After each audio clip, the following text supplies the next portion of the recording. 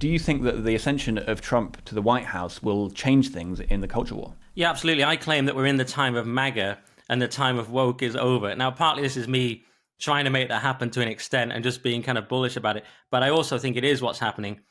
Now, this doesn't mean that all the cultural problems are ending. Some people say, well, we've still got immigration and we've still got this and that. Yeah, this is a very limited claim. This is a claim that the superficial, most egregious aspects of woke may go away. So we see with the Trump win how things have changed. For example, Hulk Hogan came out as openly MAGA. The Undertaker came out as openly MAGA. Sylvester Stallone came out as openly MAGA. This could never have happened in 2016. When people went and did TikTok videos and interviewed hot girls on the street, they were openly pro-Trump, which is a sure sign that it's become cool and acceptable. There was a girl, I think she's called Corinna Kopf or something. She made millions on OnlyFans, then retired before I had a chance to check her page. And she said that she was pro-Trump, but she put out this pro-Trump tweet. So the point is, you don't get sort of like young, sort of attractive women signaling something unless it's become acceptable. So I say that MAGA has become kind of like Nirvana's Nevermind. You might be too young, but basically it starts off as edgy, like an edgy band, only sort of cool people are interested in it. Then it becomes mainstream. You've got the jocks are into it. And you see now NFL players are doing the Trump dance and things like that. So it's become completely mainstream. Some would say completely cringe.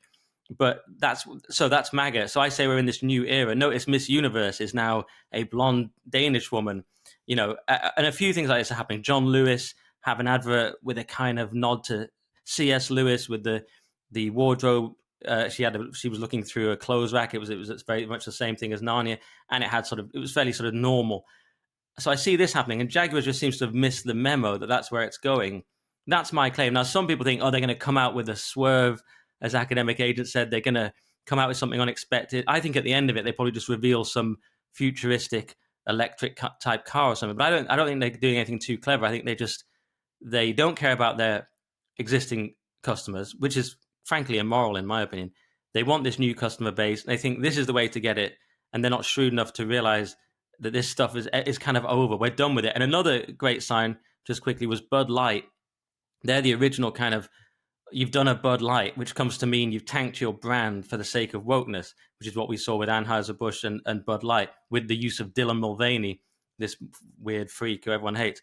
So Bud Light did that to themselves, but now Bud Light have Shane Gillis, who is Joe Rogan's mate, a Joe Rogan-approved comedian. And remember, Trump went on Rogan, and Rogan endorsed Trump, and that's the new vibe, the MAGA vibe. So Shane Gillis does two Bud Light adverts that are very much sort of laddish, we would say. They're sort of jockish or frat humor. They've got a college American football player in a dean's office, and he's about to get expelled, and it ends with them all drinking beer. So that's like a full reversal from Bud Light. But Jaguar seems to have not got the memo.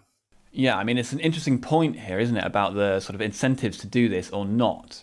Because on the one hand, there's this, go woke, go broke idea, the idea that it's bad for corporations, such as Bud Light and others, to really push this heavily because it turns off their customers. And similarly with Kamala Harris, with politicians, it also can turn off a lot of voters as well.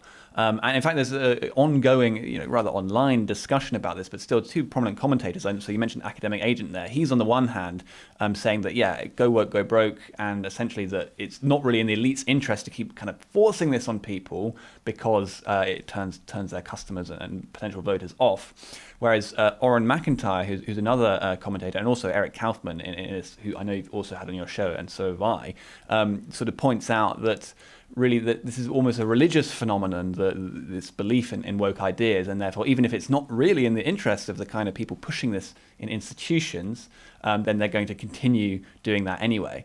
And so, well, Nick, I mean, which side of the argument do you come down on here, or is it maybe a bit of both? Well, yeah, I've been leaning much more towards the academic agent side for a while. I mean, Oren's very smart. He's written a great book called The Total State. Very interesting book. But it's really an argument between ideology versus raw power. So on the one hand, academic agent is saying woke it's not worked for the elite. It's too damaging. They'll just simply get rid of it and replace it with something else. It doesn't mean they'll stop doing all the fundamental problems. They won't stop flooding us with immigration that's out of control and so on. But they'll just put away some of the more ridiculous trans stuff, etc. Whereas Oren McIntyre seems to be saying, no, they're just too hooked on it. They're true believers. They can't get out of it, even if they wanted to, even if it signals their own destruction. Yeah, I've been leaning more towards the former because that's just what I see happening.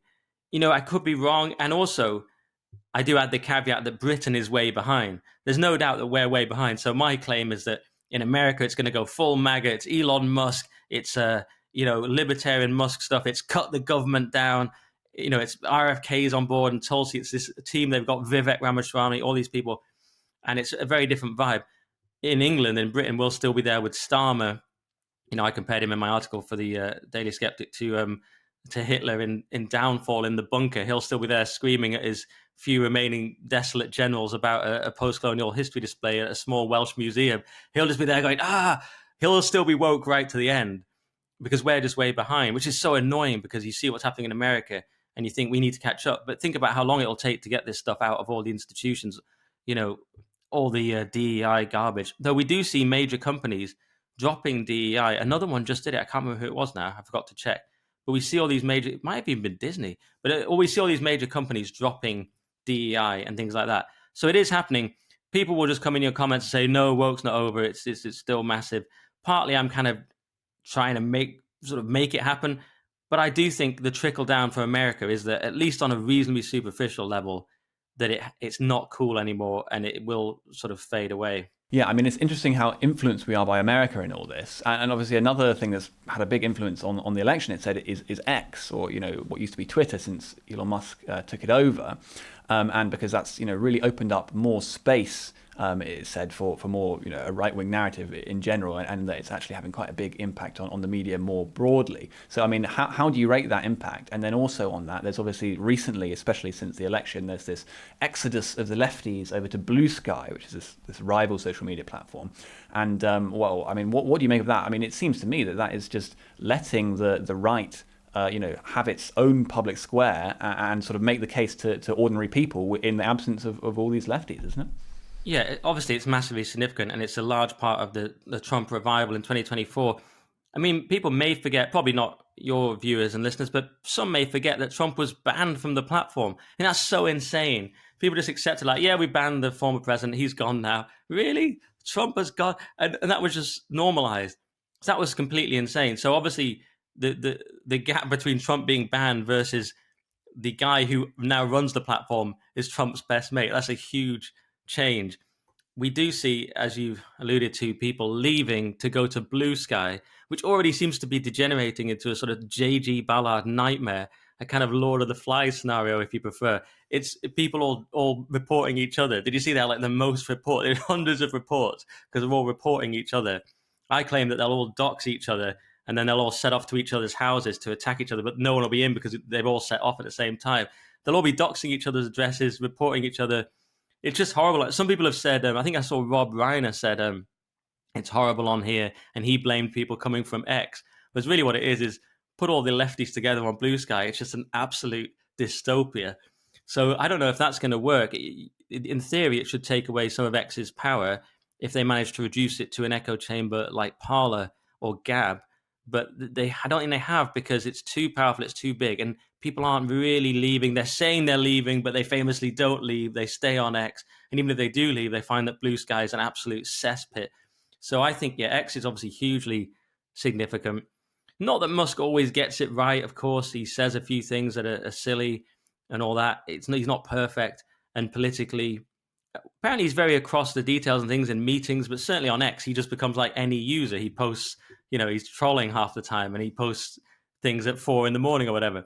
So he's not perfect. But this idea of the left trying to now claim he's dumb, that's one of my favorite things, that like the guy that runs multiple massive companies and builds rockets, he's dumb, that guy. I find that one of the most, like Alistair Campbell says he's dumb. It's like, okay. And all these midwit lefties like, oh yeah, Elon Musk is dumb. That's your angle. I find that so ridiculous. I even posted a parody post that I was leaving for Blue Sky because Elon Musk is dumb and I'm better, and I only want to talk to people who listen to Alistair Campbell's podcast.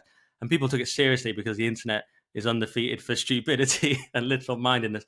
But yeah, X is obviously massive. That's one of them. It's almost hard to, what was it Jess Phillips said? You can't understate or overstate. She got it the wrong way around. But it's hard to overstate its importance because it's massive.